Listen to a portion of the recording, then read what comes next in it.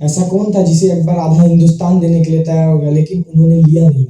मैं बात कर रहा हूँ मेवाड़ के राजा महाराणा प्रताप की, जिन्हें कभी अकबर हरा नहीं पाया।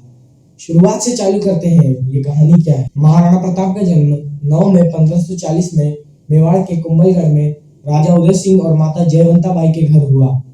माता जयवंता बाई ने बचपन से ही महाराणा प्रताप को अच्छी शिक्षा दी। वो उनकी पहली गुरु थी। 1572 में पिता उदय सिंह के गुजरने के बाद रानी धीरबाई चाहती थी कि उनका बेटा जगमल सिंह उत्तराधिकारी बने, लेकिन दरबारियों ने बड़े बेटे महाराणा प्रताप को राजा बनाना पसंद किया। महाराणा प्रताप और अकबर के बीच में बहुत युद्ध हुए।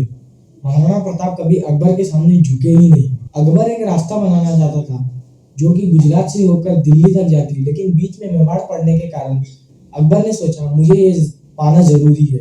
1572 में जब महाराणा प्रताप राजा बने तो उसने महाराणा प्रताप को एक प्रस्ताव भेजा। उसने महाराणा प्रताप से कहा कि तुम मेरे साथ हो जाओ, मैं तुम्हें सब कुछ दूंगा।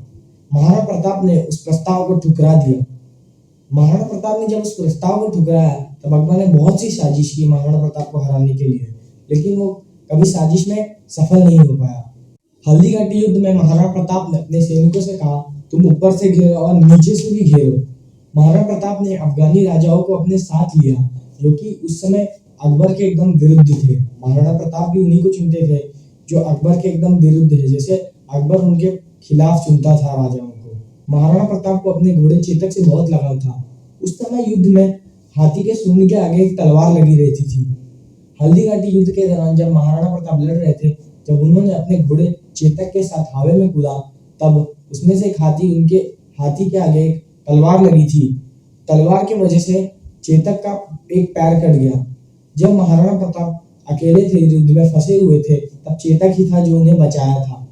चेतक उन्हें एक 28 फीट के गड्ढे से कूद कर बचाया था। जब चेतक के पैर कटने की वजह से उसकी मौत हुई तब महाराणा प्रताप बहुत रोए। महाराणा प्रताप उसे अपने पुत्र से भी ज्यादा प्यार करते थे। अकबर महाराणा प्रताप से बहुत परेशान हो चुका था।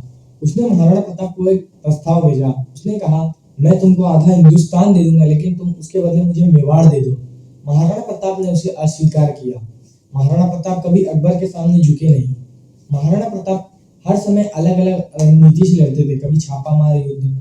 महाराणा प्रताप एक बार ऐसे ही किसी शेर का शिकार करते हुए जंगल में घायल हो गए और उनके देहांत हो गया। महाराणा प्रताप कभी भी अकबर के सामने झुके नहीं। याद रखना, राणा कभी हारे नहीं और अकबर कभी जीता नहीं।